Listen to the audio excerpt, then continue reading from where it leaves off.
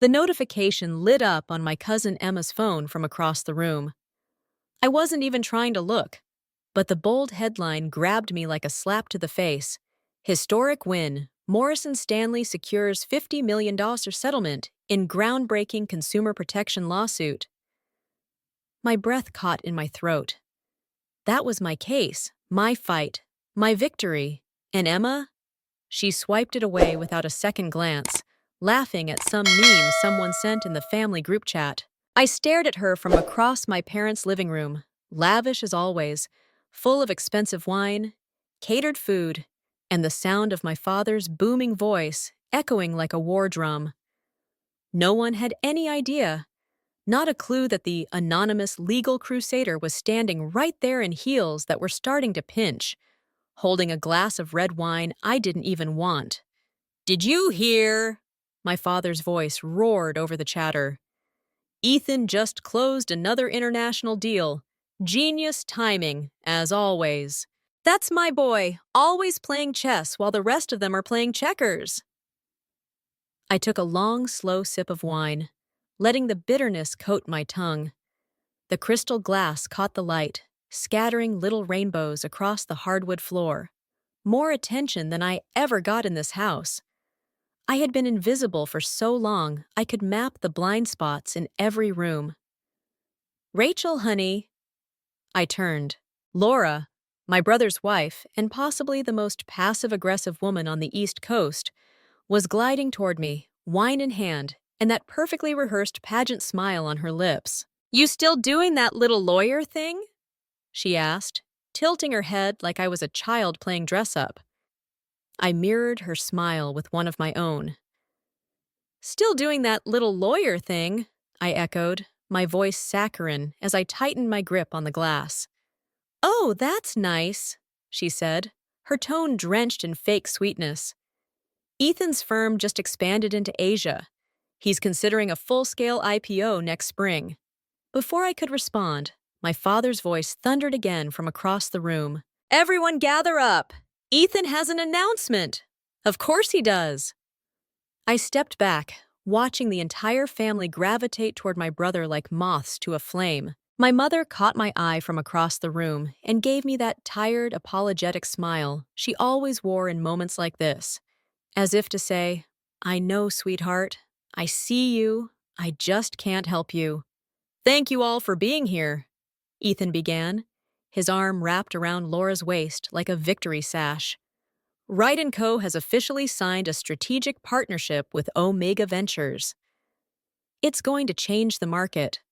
Honestly, the timing couldn't be more perfect. Industry shifts are finally breaking our way." I nearly laughed. Those industry shifts? Yeah, they were a direct result of my lawsuit. The very same one that was plastered across national news under the words "historic win." But of course, my genius brother had no idea. Why would he? He'd never once asked what I was working on. None of them had. "Now that's my son," Dad boomed, clapping Ethan on the back. "I knew from the moment he won his 5th grade science fair with that potato battery. Born to lead."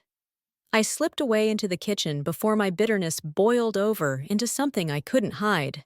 Lena followed close behind, her eyes soft with concern. "You okay?" she asked, leaning against the counter. "I'm fine," I said automatically, pouring more wine. "Just love watching Ethan get all the credit for a success he doesn't even realize came from me." "You could tell them," Lena whispered. "Right now. Drop the bomb. Wipe those smug smiles right off their faces." I shook my head. "Not yet. I want the moment to be perfect." Just then, the kitchen door creaked open, and my mom stepped in. Her eyes were tired, makeup creasing in the corners, the weight of diplomacy etched into every line of her face. "Sweetheart, your father's asking where you went. He wants everyone together for photos." "Of course he does," I muttered, straightening my blazer. "He wouldn't want to miss a single moment of Ethan's coronation." "Rachel," she started, but I brushed past her and returned to the party. Back in the living room, Alvin, Laura's brother and Ethan's CFO, was frowning at something on his phone. He looked up and locked eyes with me. For a second, I wondered if he'd seen the article, if he was starting to connect the dots. Then Dad clapped his hands. Everyone squeeze in. Ethan and Laura in the center, of course. Rachel, you can stand on the end. The end. Always the end. I took my place and smiled for the camera, but inside, my blood was molten. Maybe we should get one of just Ethan's immediate family, Dad said to the photographer, like I wasn't even there. And that's when something in me snapped. Actually, I said, loud enough to silence the room, I think I'll skip the photos. I have work to prepare for tomorrow. Dad frowned. Oh, come on, Rach. Your little cases can wait. This is family. I stepped back into the frame, smiling sweetly. You're right, Dad, I said. Some things are more important than work. But I didn't mean it the way he thought. The camera clicked, the moment captured, the mask still on. But underneath it all, the truth was humming like a live wire. Because what they didn't know, what none of them had even bothered to ask, was that my little case just changed everything. And they were about to find out. I learned early on that silence was a powerful weapon, especially when everyone expected you to stay quiet. After dinner, when the house had settled into its usual rhythm of laughter, drinks, and back-patting around Ethan's latest business triumph, I slipped away again, this time to the upstairs hallway. The carpet still had the same pattern from my childhood, though everything else had changed. My old bedroom, once filled with books and science fair medals, had been transformed into a shrine for Ethan's legacy, diplomas, framed magazine covers, a glass case with his first stock certificate. I pushed open the door anyway. I needed a moment alone. Lena followed, closing it behind her. God, this place is like a museum for his ego. I didn't answer. Instead, I walked to the shelf in the corner, one of the few things that hadn't been rearranged. Wedged behind a stack of Ethan's old yearbooks was a photo, one of the rare ones where I hadn't been cropped out or shoved to the edge.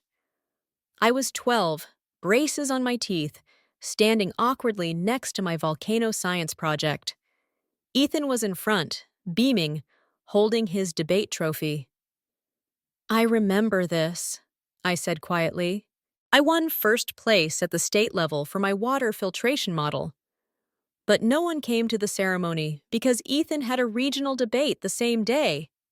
Lena sat down on the edge of the bed. He didn't even place that day, right? I nodded. Didn't matter. He got a standing ovation when he got home.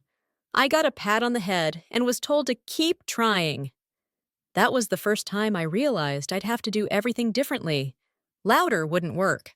Proving myself louder would only make me seem desperate. So I learned to move strategically, in silence, in the background, where no one thought to look. 3 years ago, when the case landed on my desk, it was buried in a stack of files no one else wanted.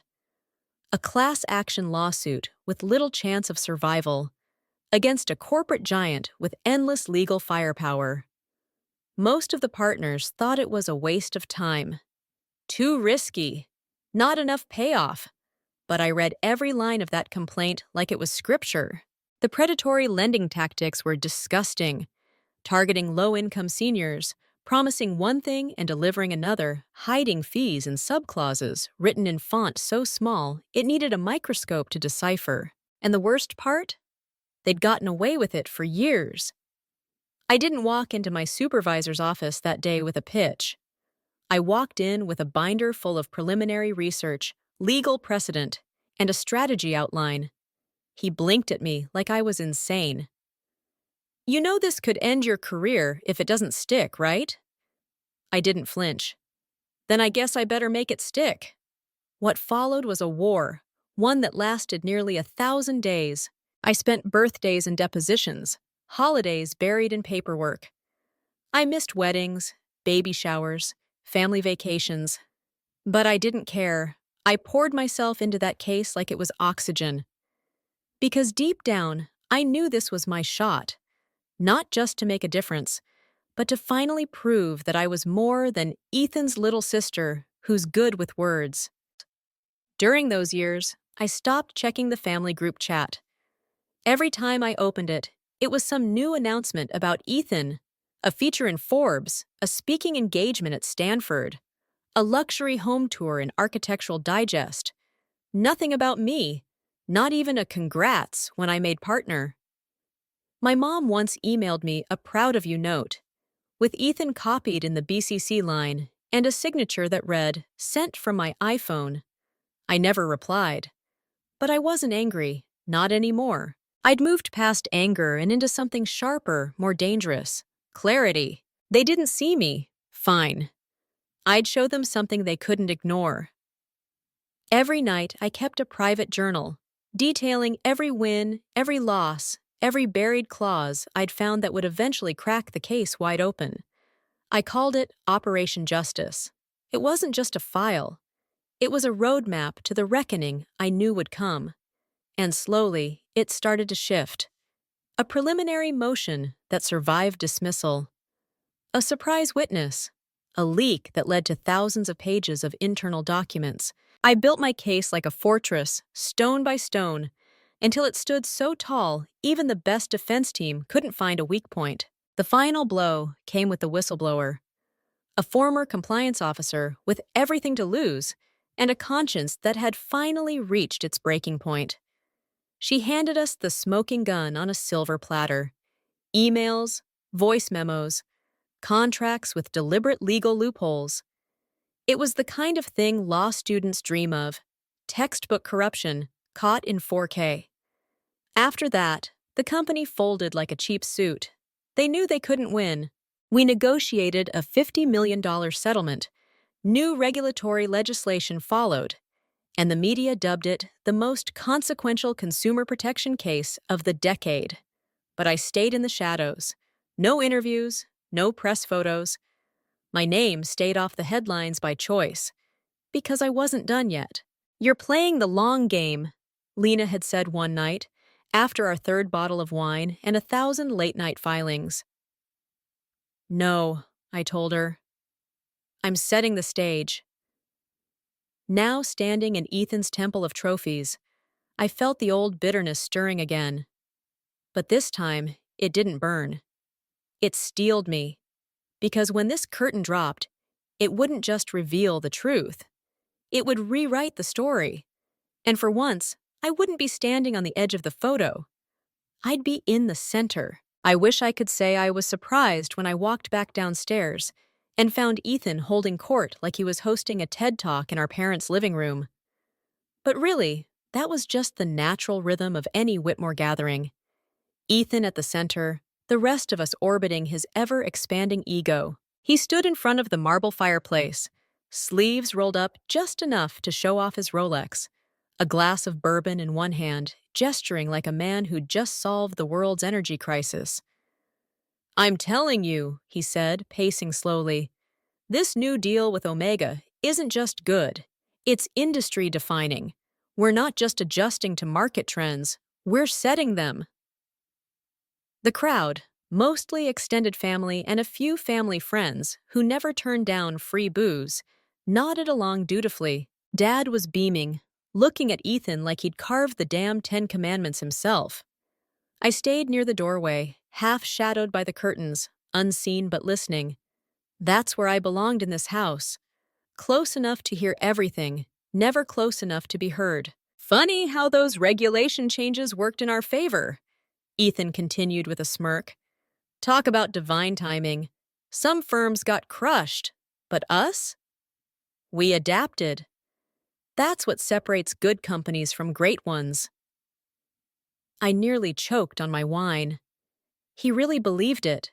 He thought he'd navigated the shift himself, like he hadn't just benefited from a battle someone else fought for 3 relentless years.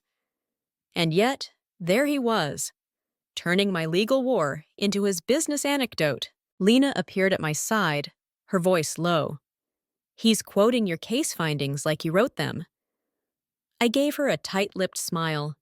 He doesn't even know I wrote the regulations he's bragging about.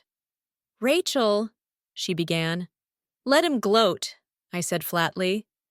Every word he says now will sting 10 times harder later.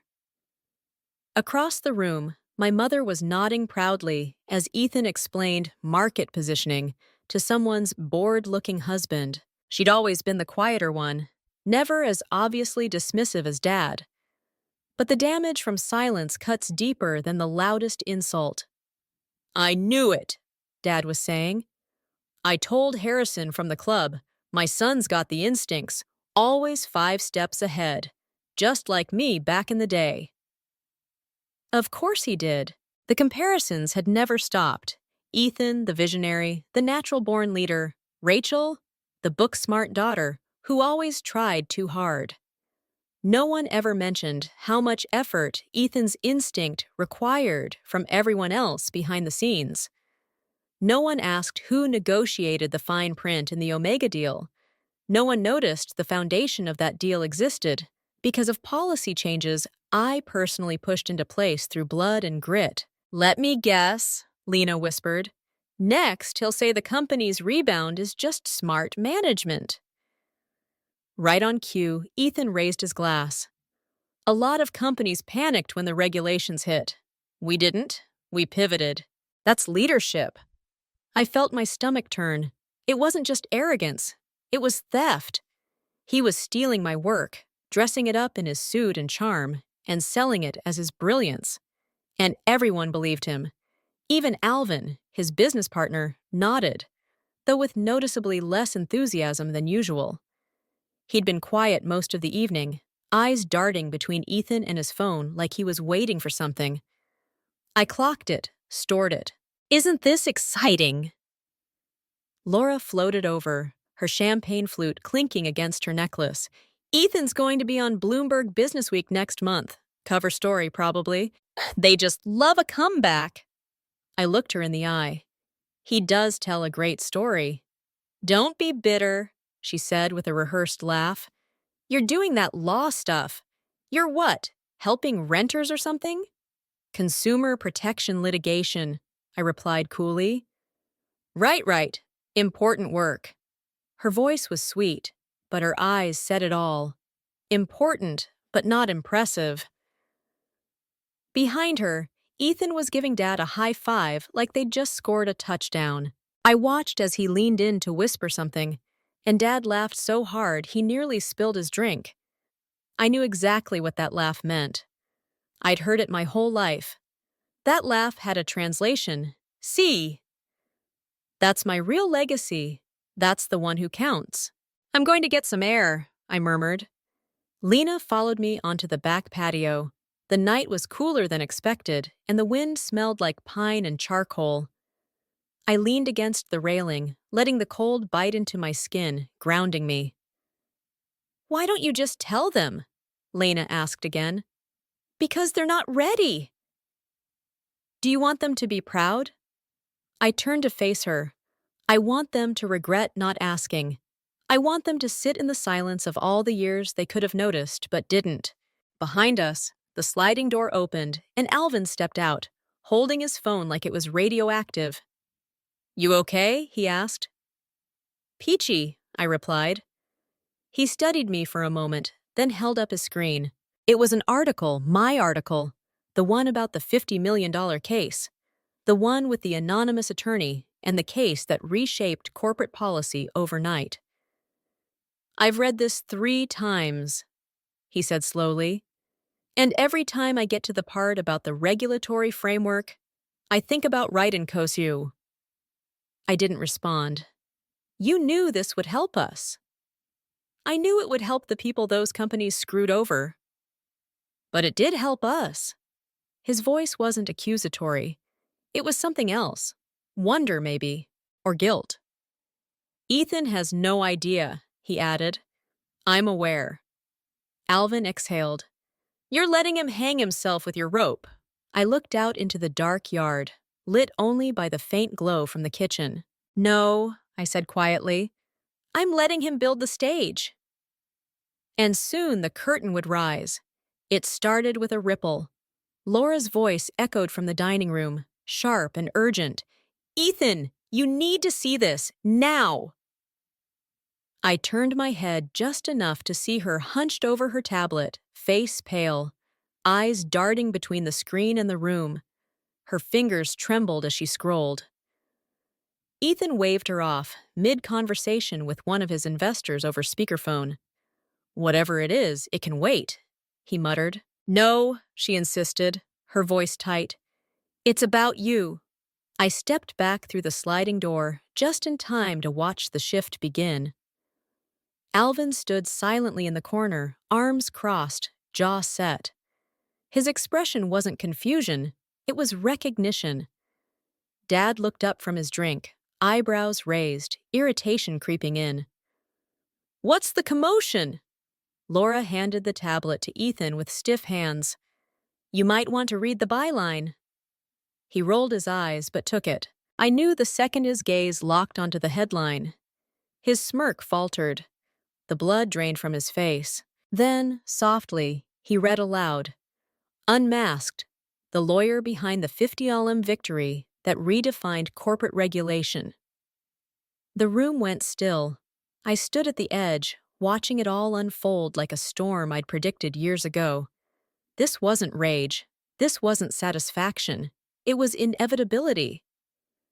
Dad shifted uncomfortably, leaning in. "What's this about?" Ethan's voice came out hoarse. "It says the lawyer behind the consumer case is from Morris and Stanley." Sophia, standing just behind me with her phone discreetly angled, chimed in with perfect timing. "Sources confirmed the lead counsel is a Whitmore family member." Mom blinked, lips parting. "That can't be." Sophia tilted her head. "It doesn't name names, but it's only a matter of time before someone connects the dots." "Nay." I stepped forward, clearing my throat. "No need to wait." All eyes swung to me. "I was the lead attorney," I said clearly. "That case? The one reshaping the industry? It was mine, from day one." The silence was deafening. Dad stared at me like I'd just confessed to being an alien. "What do you mean, yours?" Ethan shook his head slowly. "No, that's not possible. You're not capable?" I offered, voice sharp. "That what you were going to say?" "No, Rachel, that kind of case is exactly what I've been working on while you were polishing LinkedIn speeches and soaking up applause for profits built on policies I helped create." Ethan stepped back like I'd hit him. Laura looked between us, stunned. "You mean our company's entire rebound came from regulations I forced into place through that lawsuit?" I finished. "Yes." Dad opened his mouth, then closed it. For once, the man who always had something to say was speechless. "You all spent the entire evening praising Ethan for his business acumen," Lena said, stepping beside me. "But the truth is, he rode Rachel's coattails without even knowing it." "Why didn't you say anything?" Mom's voice cracked. I looked at her. Would you have listened? That was the real question, wasn't it? All those years of pretending my wins were flukes, calling my job noble with the same tone people reserve for nuns and social workers. "I wanted to tell you," I continued, "but I needed it to matter when I did." Ethan dropped onto the nearest chair, rubbing his temples. "I thought I was just doing everything right." "Maybe you were," I said, "but everything you're being praised for, everything that saved your company, was built on work you didn't even know existed." "You blindsided us," Dad muttered. "No," I said calmly. "I gave you exactly what you always asked for. Quiet success.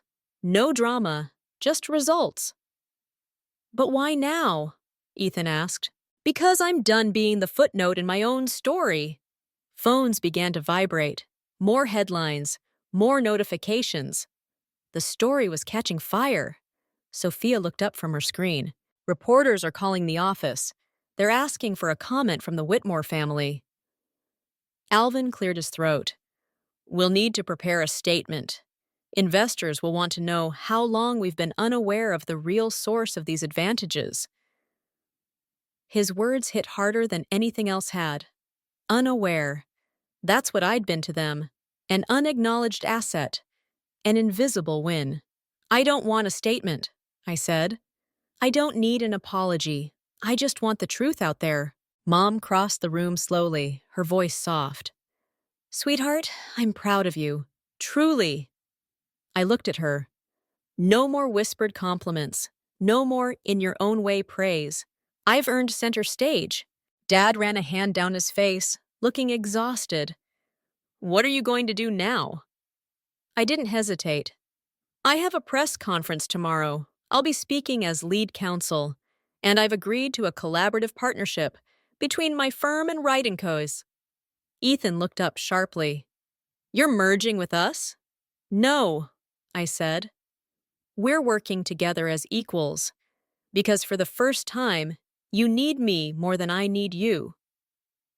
And with that, I turned and walked to the kitchen. My hands were steady. My heart was calm. Behind me, the Whitmore empire was beginning to crack, and I was the fault line. The spotlight didn't feel the way I thought it would.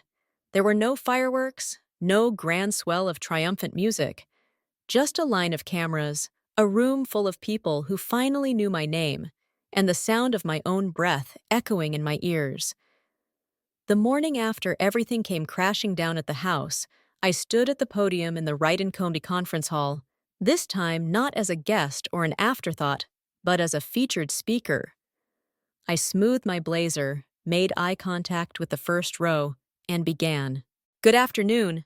I'm Rachel Whitmore, Senior Counsel at Morris & Stanley, and lead attorney on the recent class action suit that's changed federal consumer protections as we know them. No stammer, no nerves, just truth, delivered with precision. Behind me, Ethan stood a step to the side, quiet for once, letting me take the floor. Our agreement was clear. He got to publicly acknowledge where his company's success truly came from, and I got to tell my story without interruption, without filter, without spin. The cameras clicked, the reporters scribbled. The work we do, I continued, often goes unrecognized, especially when it doesn't come with headlines or boardroom applause. But impact doesn't care about spotlights. It exists whether you see it or not. When I finished, the applause felt real, earned. For the first time in my life, the room wasn't clapping because of my last name or who I was related to. They were clapping for me. Later, behind closed doors in the boardroom, Ethan approached me slowly. He looked tired, like someone who'd finally taken off a mask he didn't know he'd been wearing. I owe you an apology, he said quietly. I'm not looking for one, I replied. No, but I need to say it. Not just for taking credit I didn't earn, but for never seeing what you were building. I thought I knew everything that mattered. Turns out, the most important part of our company's survival came from the person I ignored the most. I let that sink in. For years, I would have given anything to hear those words. But now that they were here, I realized I didn't need them. I'd already won. What matters now, I said, is that it doesn't happen again. Not to me.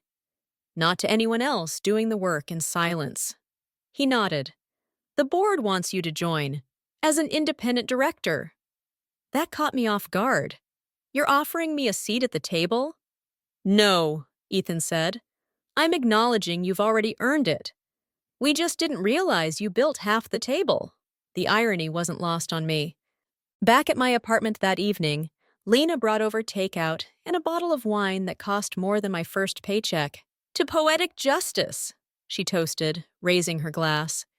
To being underestimated, I said, clinking hers. As I scrolled through my inbox, I spotted an email from my dad. Subject line, "Can we talk?" It was short, awkwardly written, and unsigned, but it was something. I didn't respond, not yet. Let them sit with the silence for once. 2 days later, we met at a small coffee shop near the courthouse. No grand declarations, just two people trying to bridge a canyon made of years of blind spots and favoritism. He looked older than I remembered, maybe because he was finally seeing clearly. I was wrong, he said. About everything. Yeah, I replied. You were. I always thought I was doing the right thing, cheering the loudest, pushing the strongest. I didn't realize I was only ever doing it for one child. It wasn't just what you did, I said. It was what you didn't do, what you didn't see. He nodded, swallowing hard. I want to do better, if you'll let me. We'll see, I said. It starts with showing up. My next hearing is Tuesday. Front row's open. He smiled, small and hesitant. I'll be there. And he was. The next week, as I stood in court, this time representing another vulnerable group against another ruthless corporation, I spotted him in the gallery, sitting next to Mom, hands clasped tight. There were no balloons, no plaques, just quiet support. For the first time, that was enough. Months later, the same living room that once echoed only Ethan's name became the setting for something unexpected. A photo session. Not for a magazine, not for PR. For us. Let's take one with Rachel in the center, Mom said, holding the camera.